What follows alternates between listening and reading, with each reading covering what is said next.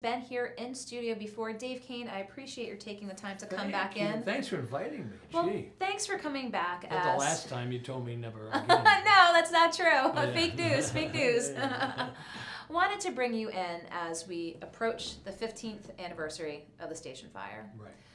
And your son Nicky, the youngest victim, now 15 years later, you just celebrated Nicky's birthday. Yeah, on Sunday we have a big birthday party, and we bring in the whole family, and we always deal with this whole thing in the present. We deal with Nicky in the present. A lot of times when someone passes in your family, you start talking about them in past tense. You say, oh, they used to love this pizza. Well, Nicky still loves that pizza. We ordered it Sunday. So. What's the pizza? Anything. If it's pizza, if it's pizza, that's Nicky. Pizza, any pizza. So there's going to be, I'm sure, a number of remembrances coming forward. And now that there is the memorial on site as well. Right. But you talk about remembering both the victims who have passed and the victims who are continuing to struggle with being survivors. 15 years later, you also talk about wanting to make sure this is remembered for a very specific reason. It's important for people to remember that this memorial is not for us to remember our family members or our friends. We don't need that memorial to do that. We have cemetery plots if we want to do that. The 200 people who were seriously, devastatingly injured don't need the memorial to remind them of that. They have mirrors.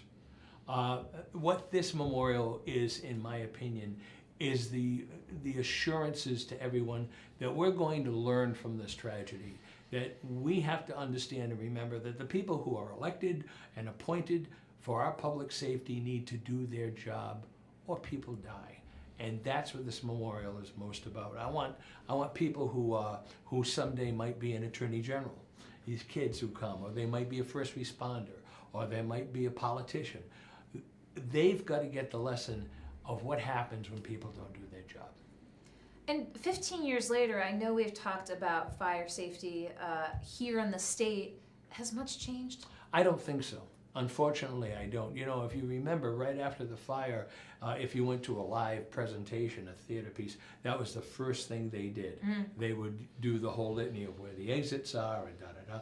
I performed at the Arctic Playhouse this past weekend. They did it, but it used to be a big deal thing at Trinity. I think they do a little less of it than they used to do. And like everything else, if you get into your car at the site and you start to drive off and you look in the rearview mirror, the site gets smaller and smaller and smaller, and pretty soon it's out of your view. And that's what happens, and that's why I want people to be reminded this year, the 15th anniversary, of what that was about, so we don't have that happen. And now there's a number of things coming up to remember Nicky and his impact and his works. And so talk with us a little bit about what we can expect moving Well, very forward. excited. Nicky is a very wonderful kid. Of course, I think that because I happen to know him. This is a boy that said to his mom one day, I think I could play the guitar. So we said, okay, we'll get you a guitar. You got to take lessons. You got to promise to practice. Well, he took 4 guitar lessons and proceeded to write 50 songs. He and his band Shrine, S-H-R-Y-N-E, was supposed to open for Great White on Friday night. The fire was on Thursday, and Nicky went to see that. So next month, in February, on February 16th, Rhode Island PBS is going to be running 41, the award-winning documentary about Nicky, and you see him from the time he's very little to moments before he passes in the fire. It's almost a 2-hour documentary, but it is well worth it. And we want to thank Rhode Island PBS for doing that. That's February 16th at 8 o'clock.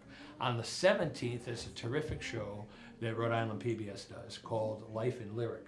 It's hosted and produced by Lisa Purcell. And on 10 o'clock on the 17th, they're going to be featuring, among other people, Nicky's music and Nicky's presentation. And then on the 18th, on Sunday at 1 o'clock at the memorial will be a remembrance ceremony. And we hope maybe you can come to that too. So there's a lot of things happening and a lot of things to remind people and to celebrate those people who were involved in this fire on all levels. And as you said, to never forget, we're here on the 15th anniversary. It seems like to everyone just yesterday. Sure. But 20, 25, 30, every year is an opportunity to remember those impacted, and as you mentioned, the lessons learned. Yeah, and to think and to keep it going, and not to wait between the in all the between the time. anniversaries. You can kind of remind yourself and remind others, because that's the impact we want this memorial to have. We want it to be positive, like the lives of the people who passed and the lives of the people who were injured. They're still contributing in so many different ways, and we need to celebrate that too, and that's what we want to do. Speaking of celebrating, you're a big believer in mediums connecting you to your son, and you've got an event coming up, a cruise. Yeah, it's really cool. We have 4 mediums from the Boston, Rhode Island area, and we are having a cruise from Boston to Bermuda, July 13th to the 20th. And we're having 4 mediums: Stephen Masick, who is an attorney and a medium, Maria Halverson, Lisa Powers, and of course Roland Comtois, who we all know. And they're all coming on the cruise, and while we're at sea, we're going to have massive presentations of medium ability, and you'll get all kinds of messages, I hope. Or even if you don't get a message, you see that it's possible. You see that this communication goes on all the time between our loved ones and us, if we're open to it. And that's what this is about. If you want more information, you can go to davekane.net. That's KANE.net, and you can find out more about it. Well, I appreciate your taking the time to come in here today to, again, talk with folks, talk about, again, continuing to remember the lessons learned and the lives impacted. Dave Kane, I appreciate your taking the time. Thanks for inviting Of me. course. And I'm glad you didn't mean that. I did not say he couldn't come back ever She again. said never again. I think Charlie Hallcolder got it to do it. I'm not sure. Charlie Hall, I think, got my birthday wrong, or my age wrong, so Did he? Yeah, we'll talk about him later. Okay, great. Dave, I'll Thanks. let you around the corner and we'll welcome Thank our you. next guest, okay? Dave Kane, appreciate him coming back here in studio as we approach the 15th anniversary of the station fire.